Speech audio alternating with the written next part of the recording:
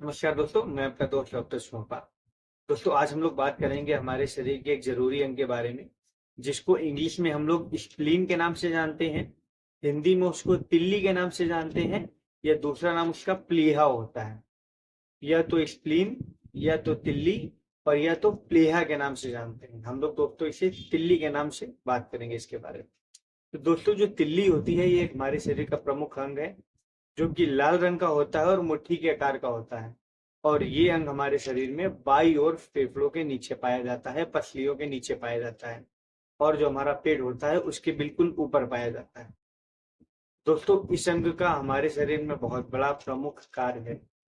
यह हमारे शरीर के अंदर रक्त को संग्रह करके रखता है, ब्लड को स्टोर करके रखता है।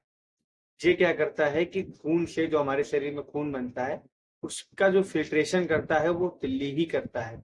ये फिल्ट्रेशन करके जो हमारे खून में रैप्चर ब्लड सेल्स आ गई हैं, या जो आरबीसी हमारे ब्लड में है, जो लाल रुधिर कणिकाएं हैं जो खराब हो चुकी हैं, उन कणिकाओं को अलग कर देता है और अच्छे ब्लड को स्टोर कर लेता है। साथ ही साथ अगर हमारे ब्लड में किसी तरह का कोई इन्फेक्शन आ रहा है, या हमारे ब्लड में किसी तरह के कोई जीवाणु आ रहे हैं, ये उनको भी मारकर हटा देता है और अच्छे और साफ रक्त को ये सुरक्षित कर लेता है। इसके साथ ही साथ यह डब्ल्यूबीसी को भी बनाता है, जो सफेद रुधिर होता है हमारे ब्लड में, उसको भी बनाता है। साथ ही साथ ये प्लेटलेट को भी बनाकर स्टोर करता है। तो जो स्प्लीन होता है, जो तिल्ली होती है, वो हमारे शरीर में रक्त के संग्रहालय का काम करती है। ये हमारे शरीर में रक्त को स्टोर करके रखती है। और जैसे कि हमें हाथ में या कहीं पर भी कट लग जाता है और उस समय ब्लीडिंग होती है, तो उस ब्लीडिंग को रोकने के लिए जो प्लेटलेट की आवश्यकता होती है, उन प्लेटलेट को ये ही अपने पास से निकाल कर देती है और उस जगह पर ब्लीडिंग को रोकती है। साथ ही साथ ये डब्ल्यूबीसी का निर्माण करती है। डब्ल्यूबीसी का मतलब वो रुधिर कणिका है, वह सेल्स जो हमारे शरीर की प्रतिरोधक क्षमता को बढ़ाती है।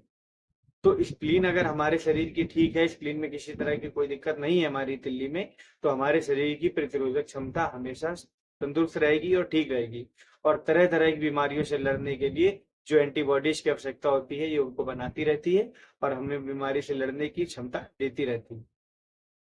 तो दोस्तों, हमारी तिल्ली में सूजन किस वजह से आती है, या हमारी तिल्ली में बीमारी आती है तो क्या लक्षण आ जाते हैं?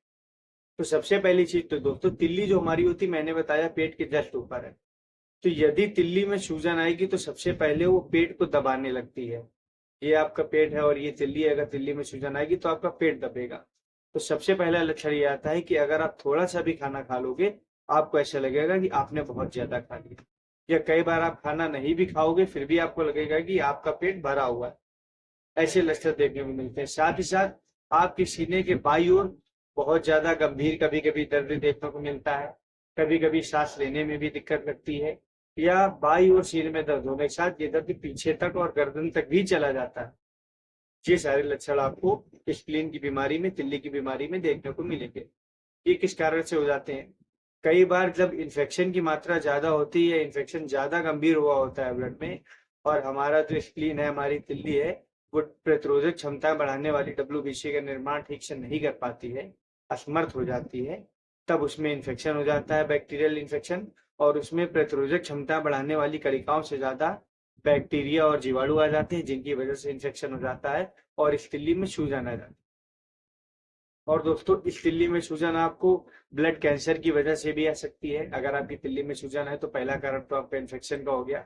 दूसरा, यदि आपको ब्लड कैंसर हो गया है तो उसकी वजह से भी ये चीज हो सकती है। हाइपरप्लाजिया आपका अगर हो गया है, उसकी वजह से भी हो गई है, मतलब कठोरता अगर आपकी स्प्लीन में आ गई तो उसकी वजह से भी दिक्कत हो।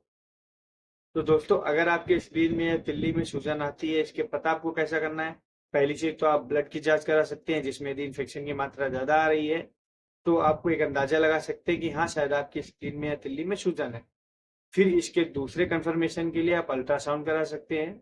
अल्ट्रासाउंड में अगर तिल्ली में सूजन दिखाई पड़ती है, तब आपको सीटी स्कैन कराना है, जिससे ये पता चलेगा कि ये सूजन कैसी है, किस तरह की है। ये टीबी के इन्फेक्शन के कारण है या किसी और इन्फेक्शन के कारण है। टीबी के इन्फेक्शन में भी तिल्ली में इन्फेक्शन होने के चांसेस होते हैं। तो दोस्तों, यदि आपकी तिल्ली में सूजन या आपकी तिल्ली में गड़बड़ी इन्फेक्शन की वजह से आ रही है, तो हाँ, वो दवा से ठीक हो सकती है कुछ हद तक। लेकिन अगर आपकी तिल्ली बिल्कुल ही खराब हो चुकी है, बिल्कुल ही दिक्कत में आ चुकी है, बहुत ज्यादा सूजन आ चुकी है, बिल्कुल रैप्चर हो चुकी है, बिल्कुल खराब हो चुकी है, तब आपकी तिल्ली का ऑपरेशन करके बाहर निकालना पड़ता है। और यदि आपकी तिल्ली को ऑपरेशन करके बाहर निकाल दिया जाए, तो यदि आप ये सोचे कि आप आगे का जीवन नहीं जी पाएंगे या ऐसी कोई समस्या आएगी, तो ऐसी समस्या नहीं आएगी। यदि आपकी तिल्ली में ज्यादा समस्या आती है, तो लास्ट ऑप्शन ये होता है कि ऑपरेशन की सहायता से इस तिल्ली को बाहर कर दिया जाए। तिल्ली को बाहर करने से बस एक समस्या ये होती है कि आपके शरीर में रोग प्रतिरोधक क्षमता जो होती है वो कम हो जाती है। क्यों? क्योंकि जो WBC का निर्माण करती है, जो रोग प्रतिरोधक क्षमता हमारी बढ़ाती है, एंटीबॉडीज का निर्माण करती है, उन एंटीबॉडीज का निर्माण नहीं हो पाता है और हमारी इम्यूनिटी वीक हो जाती है, हमारे अंदर इंटरनल कमजोरी आ जाती है यदि तिल्ली नहीं होगी तो दोस्तों, यदि आपके सीने में बाई तरफ दर्द होता है और वह दर्द हार्ट का नहीं है और अल्ट्रासाउंड में आपकी तिल्ली में सूजन वगैरह दिखाई देती है, तो आप इसका अच्छे से जांच कराकर अच्छे से इलाज कराएं।